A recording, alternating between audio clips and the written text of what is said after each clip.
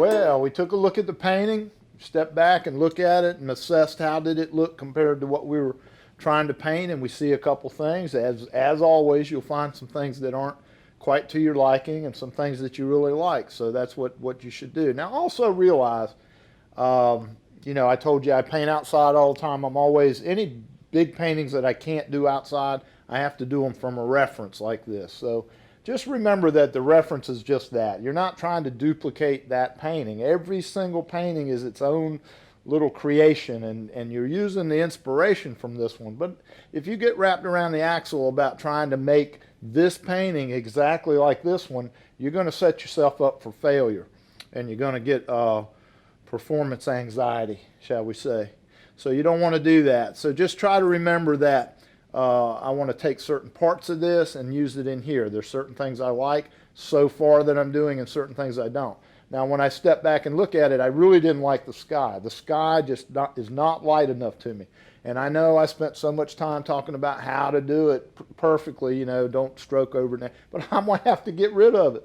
That's what painting is. It's adjustment, readjustment. So if it's not working and I'm not happy with it, I'm not going to try to save the pink. So what I'm going to do is I'm going to lighten up the blue. It's just inevitable. I have to do it. It's driving me nuts. Does not fit this. It doesn't look like the sky that I saw that morning, so I'm going to have to lighten it up, and I may get rid of some of my beautiful little pinks I had, but so it goes. So I'm going to take white and some cerulean blue. I think it's too purple is what it is. It's that blue with the ultramarine with so much pink swirling around in it that it kind of went purple, and I think maybe that's what I don't like about it. So I'm mixing up a light blue. I'm using cerulean blue, which is a warmer blue. Now I'm going to put just the tiniest bit of yellow in it, just to warm it up even more, maybe make it a little more natural. And I'll tap it on my picture to see if it matches. Now it's actually warmer and lighter than the actual one, but that should be right up here when I put it on. So I'm going to try to do the same thing, try to one stroke it. Oh yeah. See how much lighter and warmer that looks?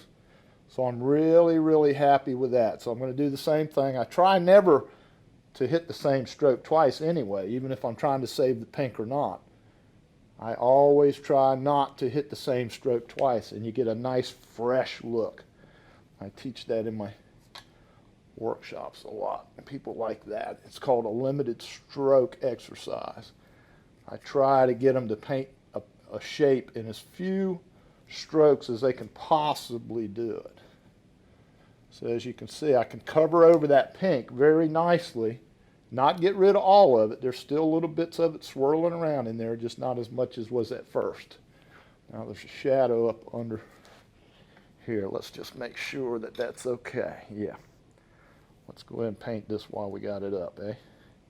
There we go. Now see how much lighter that sky looks? Now I'm happy with it.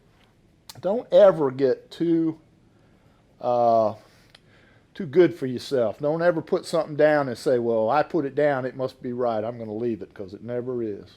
Not all of it. All right, so what I got to do now? What did I see that I needed to do? Oh, I needed to start turning this. This was too blue, so I'm going to turn it green. I'm going to take some green and a little bit of the Viridian green and just kill it a little bit. Just make it a little greener. This is too blue for me. It was driving me nuts. It's too blue. That is not blue.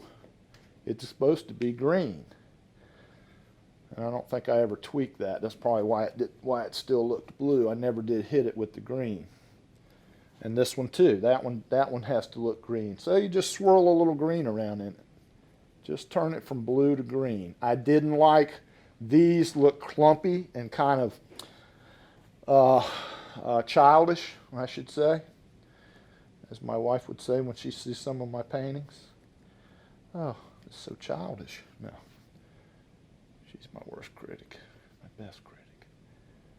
All right, so I'm going to just make them a little bit more sophisticated looking, so they look like some kind of, I think they call them general palms.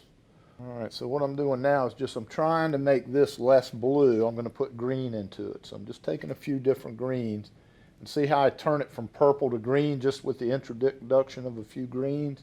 All of a sudden now it's not purple. It has a purple look to it. And it's the same value, but I've actually turned it green. So that's pretty cool. I like that. All right, now I'll go in there because certain areas that I hit now, this will be the last time I hit it because we're coming in for a landing on this painting. And so when I hit something, it's probably one of the last times I'll hit it. So I'm going to come in here and just give this a little bit of variety, just to break this shape up a little bit, just to make it look like something else is going on, and just giving some complexity to what was once just a simple purple square, now has a little bit of variety. So I'll go in there and I'll make this a little bit darker and a little greener. It's almost a blue-green. I like that blue-green down there. So that looks good. So that area will never get hit again. So that's pretty much finished.